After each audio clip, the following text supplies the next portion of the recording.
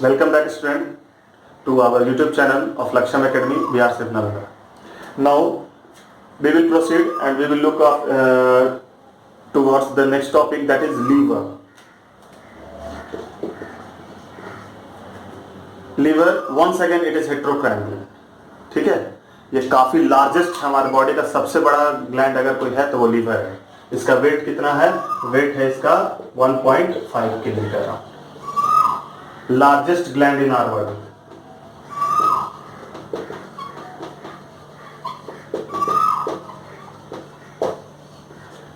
और इसके बहुत सारे काम होते हैं, बहुत सारे फंक्शन होते हैं। मतलब you can also say that it is a biochemical lab in our body.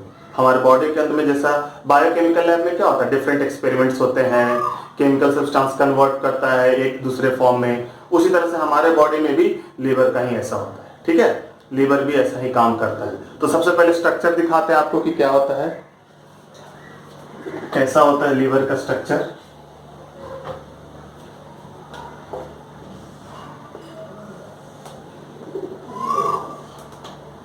इस टाइप से आपका लीवर का स्ट्रक्चर होता है। ठीक है, ये बीच में ना एक दीवार से ऐसा सेपरेट किया होता है जो इसको दो पार्ट में बांटता है।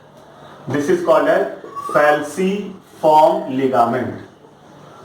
फैल्सीफॉर्म लिगामेंट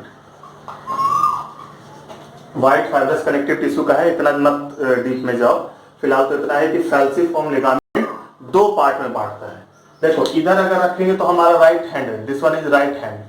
तो ये क्या हो जाएगा, उस अगर लेफ्ट पार्ट होगा और ये राइट का पार्ट होगा। कैसे, जो आपको बता देता हूं। कभी भी डायग्राम बनाना बायोलॉजी का, तो अभी हम ऐसा बना रहे हैं ना, तो ये जो राइट साइड है उसको लेफ्ट लिखते हैं और ये लेफ्ट साइड वाले को राइट लिखते हैं। क्यों लिखते हैं उसके पीछे देखो, दिस वन इज एक राइट और एक लेफ्ट। ठीक है, ऐसा अगर हम ऐसा चेंज कर देते हैं तो ये अपने आप लेफ्ट हो जाएगा और ये अपने आप राइट हो जाएगा। मतलब हम लोग उल्टा बनाते हैं ना डायग्राम, इसीलिए ऐसा होता है कि हम लोगों को बोर्ड के ऊपर या कॉपी के ऊपर जब लिखते हैं ना, तो इसको लेफ्ट सेक्शन और इसको राइट सेक्शन। क्यों? हमारा जिस साइड में राइट हैंड होगा that will be the left part, और हमारा जिस साइड में लेफ्ट होगा that will be the right part. ठीक है, तो लेफ्ट पार्ट हो गया और राइट पार्ट। और इसी के नीचे जैसे देखोगे ना, यहां पर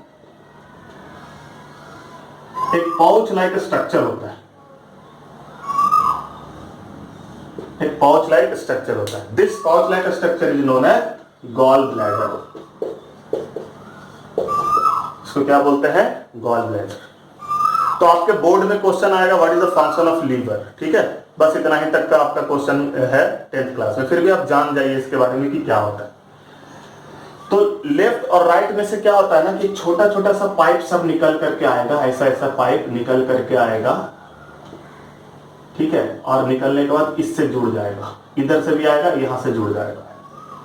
और ये जो निकल रहा है ना यहां से, ये जो है ना पाइप, इधर से एक पाइप निकल करके जाएगा और वो पैनक्रियाज में जाकर के, वो पैनक्रियाज वाला एरिया है ना, यानी कि ड्यूडेनम, तो ड्यूडेनम में जाकर के ये ओपन हो जाता है। ये क्या हो रहा है, इसमें से सारा कुछ निकलेगा, ये निकल करके इस टाइप से निकलने के बाद ये ड्यूडेनम में जाकर के ओपन हो जाएगा।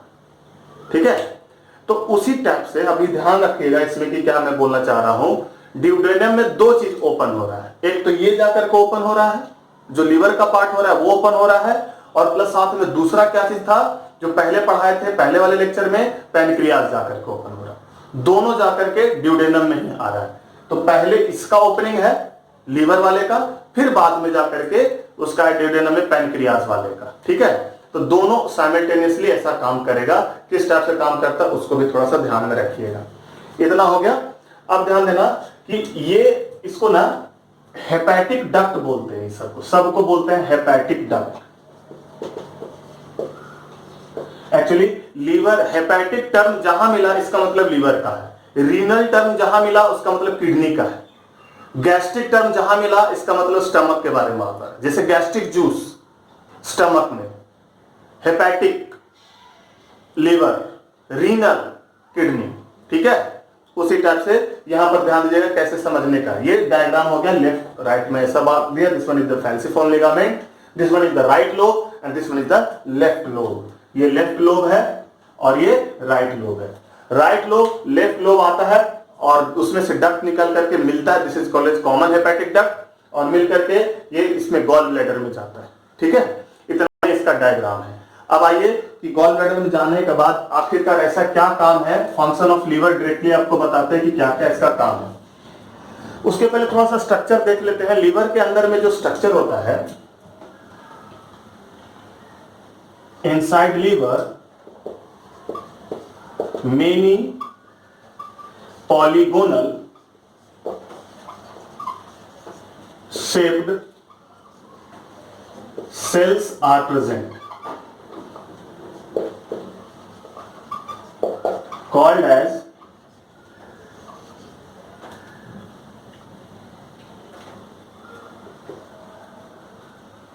lobule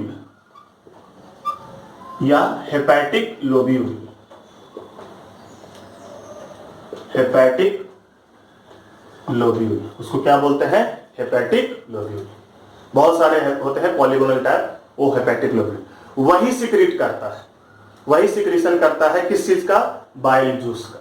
लीवर का सबसे मेन फंक्शन आपको याद रखना है कि बाइल जूस सिक्रीशन करता है। ठीक है, अब आगे ध्यान देना कि इसमें कैसा उसका स्ट्रक्चर है, वो भी बता देता हूं मैं आपको।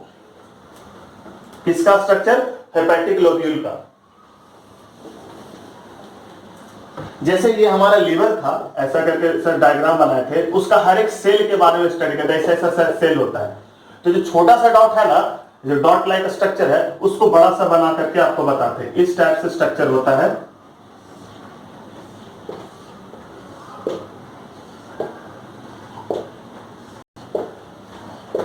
ऐसा, और बाहर से में इसका एक आउटर कवरिंग होता है।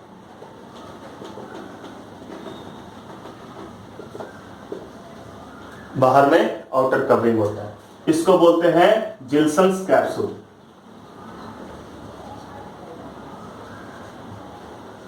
साइंटिस्ट के नाम के ऊपर दिया हुआ है जिल्सन कैप्सूल। और इसमें क्या होगा, एक हेपेटिक डक्ट होगा, एक हेपेटिक डक्ट होगा जो बाइल को ले जाएगा, एक आर्टरी होगा और एक वेन होगा।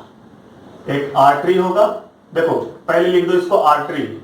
आर्टरी मतलब प्योर ब्लड कैरी करने वाला, और वेन मतलब इम्प्योर ब्लड कैरी करने वाला। सिंस कि किसका है ये, लीवर का है। किसके बारे में बोला है, लीवर के बारे में बोला है, तो क्या इसको बोलेंगे, हेपेटिक आर्टरी, क्योंकि हेपेटिक टर्म लीवर के लिए यूज हो रहा है।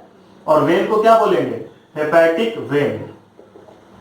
Hepatic artery and hepatic when, इसको ऐसा यूज करेंगे। इसके बीच में सेंट्रल लोब रहता है इस टाइप से, ये भी आपका बाइल जूस लेकर के जाएगा।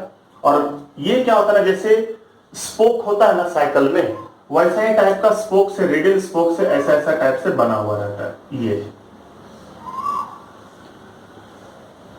इस टाइप से। और इन सबके ऊपर एक सेल होता है, सेल का लेयर होता है, छोटा छोटा, एक सेल, दो सेल, ऐसा ऐसा तमाम बहुत सारे सेल्स से बने हुए रहते हैं। इधर भी रहेगा, इधर भी रहेगा। तो ये एक सिंगल सेल जो है ना, सिंगल सेल को बोलते हैं हेपेटोसाइट। इसको क्या बोलते हैं, हेपेटोसाइट। और इसी हेपेटोसाइट से निकलता है क्या, बाइल जूस। क्या निकलता है, बाइल जूस। सिर्फ आपको ये पता होना चाहिए कि एक्चुअली में बाइल जूस आ कहां से रहा है। आपको उधर पता चला था ना पहले वाले लेक्चर में कि पैनक्रेटिक जूस कहां से आ रहा है, उसी तरह से इस लेक्चर में आपको पता चलेगा कि बाइल जूस कहां से आ रहा है। ठीक है, तो बाइल जूस हेपेटोसाइट से आता है। हेपेटोसाइट कहां होता है, हेपेटिक लोब्यूल में होता है। हेपेटिक लोब्यूल में कितना सेक्शन से बटा हुआ है। ठीक है, इस सेक्शन को बोलेंगे हेपेटिक साइनोसॉइड, जो दोनों के बीच में ऐसा है। ठीक है, इसको रेडियल कॉर्ड टाइप का स्ट्रक्चर होता है ये। तो और इसके अंदर में ना एक स्पेशल टाइप का सेल होता है, याद रखना ओलंपियाड वाले बच्चों, this is called as Kupffer cell. ये बैक्टीरिया को किल करता है, किल्स बैक्टीरिया, बैक्टीरिया और पैथोजेंस, पैथोजेंस वगैरह को किल करता है। फैगोसाइटिक इन नेचर होता है। तो क्वेश्चन क्या आएगा ओलंपियाड में, in the liver the phagocytic cell is called as, in the liver the phagocytic cell is known as Kupffer cell। ऐसा क्वेश्चन आएगा। आप क्वेश्चन लिख करके आंसर भी लिख सकते हैं इसका। What is the phagocytic cell inside the liver? Answer हो जाएगा Kupffer cell। What is the bacteria killing cell inside the liver is known as Kupffer cell। ठीक है, इतना तक आप लिख सकते हैं। डायग्राम ड्रॉ करना है, आप साथ साथ में डायग्राम ड्रॉ करिएगा। पेंटागोनल टाइप का बनाइएगा, सब में आगे जाकर के ऐसा सर्कुलर बनाइएगा जिसमें एक में आर्टरी रहेगा, एक में वेन रहेगा और एक में हेपेटिक रहेगा, मतलब हेपेटिक डक्ट रहेगा। ठीक है, उसके बाद फिर ये सब कॉर्ड बना दीजिए, इसको हेपेटिक कॉर्ड बोलेंगे, CORD कॉर्ड, हेपेटिक कॉर्ड। इतना इसलिए नहीं बता रहा हूं मैं क्योंकि इतना लेवल में आपको पढ़ने का है नहीं, डायरेक्टली फंक्शन स्टार्ट करते हैं।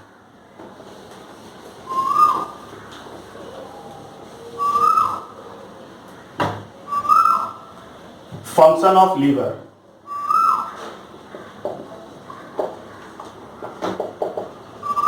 लीवर का क्या क्या फंक्शन है? पहला नंबर जो मेन फंक्शन है, बाइल जूस सिक्रीशन, ये इसका मेन फंक्शन है। Bile juice secretion main function है। दूसरा और क्या? Carbohydrate metabolism. Carbohydrate metabolism, carbohydrate metabolism का मतलब क्या होता है ये भी हम आपको क्लियर यहीं पर कर देते हैं। जस्ट हम लोग पैनक्रियाज का अगर जो जिस लेक्चर में मैंने पैनक्रियाज के बारे में डिस्कस किया है, अगर वो देखिएगा तो आपको पता चलेगा कि कैसे ग्लूकोज से ग्लाइकोजन बनता है। तो जो बन रहा है ना वो यहीं पर आकर के ऐसा, यानी कि ग्लूकोज से ग्लाइकोजन, ये भी लीवर का काम है। ग्लाइकोजन से ग्लूकोज, ये ऐसा एरो दे देते हैं, वो भी लीवर का काम है। और जो अमाइनो एसिड वगैरह खाते हैं या फैट वगैरह खाते हैं, अदर कंपाउंड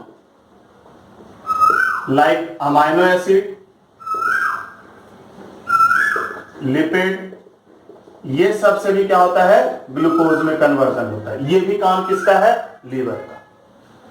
ठीक है, ये भी काम लीवर। जैसे अब हम लोग ऐसा काम करते हैं, एक्सरसाइज करते हैं तो अचानक से बर्निंग सेंसेशन देता है, मतलब जलने लगता है या फिर थक जाते हैं वहां पर, तो लैक्टिक एसिड का फॉर्मेशन करता है। तो लैक्टिक एसिड को भी ग्लूकोज में कन्वर्ट करेगा कौन? लीवर। ठीक है, ये सब फंक्शन है उसका। उसके बाद फिर क्या हो? कार्बोहाइड्रेट मेटाबॉलिज्म के बाद storage of fat, storage of fat. उसके बाद क्या है आपका? स्टोरेज ऑफ फैट और storage of vitamin, storage of vitamin. Fat है तो फैट सोल्यूबल विटामिन के अलावा A, D, E के जो है होता है ना, वो तमाम कुछ कुछ फैट्स को, विटामिन B12 वगैरह को ये स्टोर करके रखता है। उसके बाद और क्या फंक्शन दे सकते हैं इसमें? इतना काफी आपके लिए, फिर भी और एक दो फंक्शन जान जाइए क्या करता है ये। Purification of blood,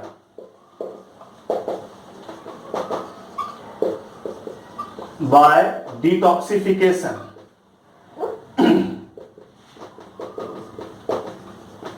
by detoxification.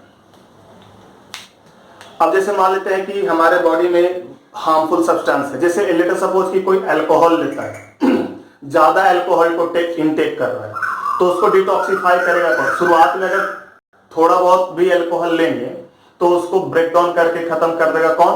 तो ये भाई लीवर में हो जाएगा। लेकिन जरूरत से ज्यादा अल्कोहल लेना शुरू करेंगे तो उसके अंदर में क्या होगा कि वो जमा होते चला जाता है, वो हमारा लीवर कर नहीं पाता है। ठीक है, लेकिन हार्मफुल सब्सटेंस कुछ भी, अब जब से दवाई खाए तो मेडिसिन के अंदर में ऐसा कुछ रहेगा हार्मफुल सब्सटेंस, उसको निकाल करके बाहर करवाना, यूरिन के थ्रू, चाहे फीकस मैटर के थ्रू, जैसे भी हो, वो निकाल करके उसको पहले छोटे पार्ट में तोड़ना, ब्रेक करना, इसका काम है, यानी डिटॉक्सिफाई करना। इसका डिटॉक्सिफिकेशन का मतलब क्या है?